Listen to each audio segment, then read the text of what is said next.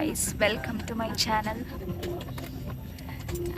ഇന്നത്തെ വ്ളോഗ് എന്ന് പറയുന്നത് ഞാൻ തിരിച്ച് നാട്ടിൽ നിന്ന് ഭുവനേശ്വർക്ക് പോവാണ്. പുതിയ പൊൻകളി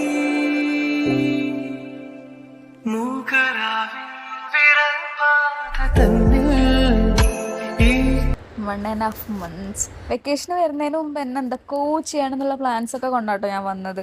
അതിൽ പകുതിയും ഞാൻ ചെയ്ത് കഴിഞ്ഞിട്ടില്ല എന്നുള്ളതാണ് സത്യം. അങ്ങനെ ഞാൻ തിരിച്ച് പോവാണ്. ഒരു 4 ആയപ്പോൾ തന്നെ വീട്ടിൽ നിന്ന് ഇറങ്ങി. 5 മണിക്ക് അങ്ങാണ്ടായിരുന്നു ട്രെയിൻ. എനിക്ക് ഓർമ്മയില്ല. ഞാൻ ശരിക്കും പറഞ്ഞാൽ തിരിച്ച് ഭുവനേശ്വരിൽ എത്തിയിട്ട് കുറേ ദിവസമായി. ഞാൻ എത്ര മണിക്കാണ് വീട്ടിൽ നിന്ന് പുറപ്പെട്ടേന്നൊക്കെ മറന്നു. അതിനുശേഷം ഞാൻ കോഴിക്കോട് എത്തി. കോഴിക്കോട് നൗഫലിൻ്റെ ഫ്രണ്ട് പിക്ക് ചെയ്യാൻ വന്നിട്ടുണ്ടായിരുന്നു. നമ്മൾ നേരെ നൗഫലിൻ്റെ വീട്ടിലേക്ക് പോവാണ്. ഗൈസ്, ഞാൻ നൗഫലിന്റെ വീട്ടിലെത്തി. നൗഫൽ പുതിയ ഐഫോൺ എടുത്തു. പുതിയ ഐഫോൺ ഒക്കെ എടുത്തിട്ടുണ്ട്. നൗഫലിന്റെ വീട്ടിലെത്തിയിട്ട് ഏകദേശം ഒരു 1 hour സ്പെൻഡ് ചെയ്തു. അപ്പോൾ അവനാണെങ്കിൽ റെഡി ആവാണ്ട് പകുതിയൊക്കെ പാക്ക് ചെയ്ത് നിൽക്കായിരുന്നു. ബാക്കിയൊക്കെ പാക്ക് ചെയ്ത് നമ്മൾ അവിടെ നിന്ന് നൗഫലിൻ്റെ ഫ്രണ്ട്സ് നമ്മളെ എയർപോർട്ടിലേക്ക് കൊണ്ടുവിട്ടു. ഞാൻ നാട്ടിലേക്ക് വരുമ്പോൾ ചെയ്തൊരു വ്ളോഗുണ്ട്. ആ വ്ളോഗ് കാണാത്തവർ എന്തായാലും കാണുക. എൻ്റെ 2nd ഫ്ലൈറ്റ് എന്ന് പറഞ്ഞിട്ട്. അപ്പോൾ ഇതെൻ്റെ 3rd ഫ്ലൈറ്റ് ആയിട്ട് വരും. ഞാൻ ആ വീഡിയോൻ്റെ ലിങ്ക് ഐ ബട്ടണിൽ കൊടുക്കാം.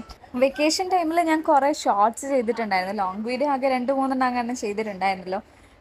എനിക്ക് കൂടുതൽ ചെയ്യായിരുന്നു എന്നുള്ള റിഗറ്റും കാര്യങ്ങളൊക്കെ ഉണ്ടായിരുന്നു. എന്നാലും കുഴപ്പമില്ല. അപ്പോൾ നമ്മൾ എയർപോർട്ടിൽ കുറച്ച് നേരം അങ്ങനെ വെയിറ്റ് ചെയ്തു. ഗൈസ്, നമ്മൾ വെൽക്കം ബാക്ക് ഗൈസ്.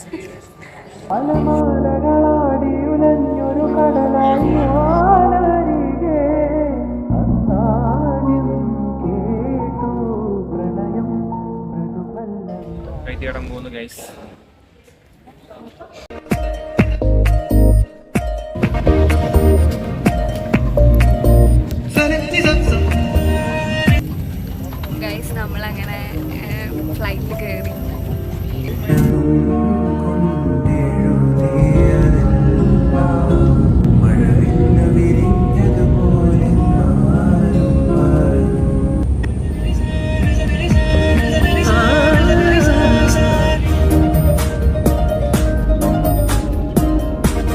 ഗൈസ്, നമ്മൾ മുംബൈയിലെത്തി.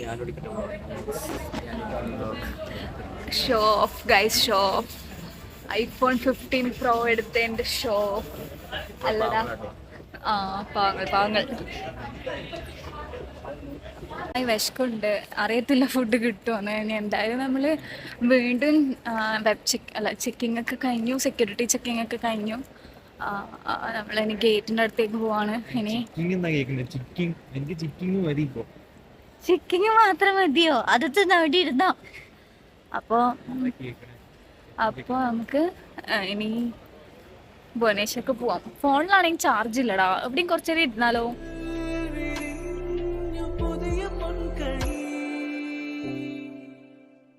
ഞങ്ങളങ്ങനെ ഭുവനേശ്വരിലെത്തി. അൺഫോർച്ചുനേറ്റ്ലി നമുക്ക് ഫുഡ് കഴിക്കാൻ മാത്രമുള്ള സമയം മുംബൈയിൽ നിന്ന് കിട്ടിയിട്ടുണ്ടായില്ല. അപ്പോൾ നമ്മൾ കഴിച്ചിട്ടുണ്ടായിരുന്നില്ല. നല്ല വിശപ്പുണ്ടായിരുന്നു.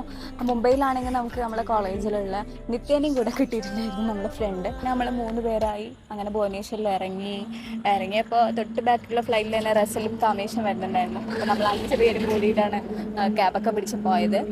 അപ്പോഴത്തേക്ക് എൻ്റെ ഫോണ് ചാർജ് കഴിഞ്ഞ് ഓഫായിട്ടുണ്ടായിരുന്നു. കൂടുതലൊന്നും വ്ളോഗിൽ ഉൾപ്പെടുത്താൻ പറ്റിയില്ല. അപ്പോൾ എൻ്റെ വീഡിയോ എത്തുള്ളൂ ഗൈസ്. ബൈ.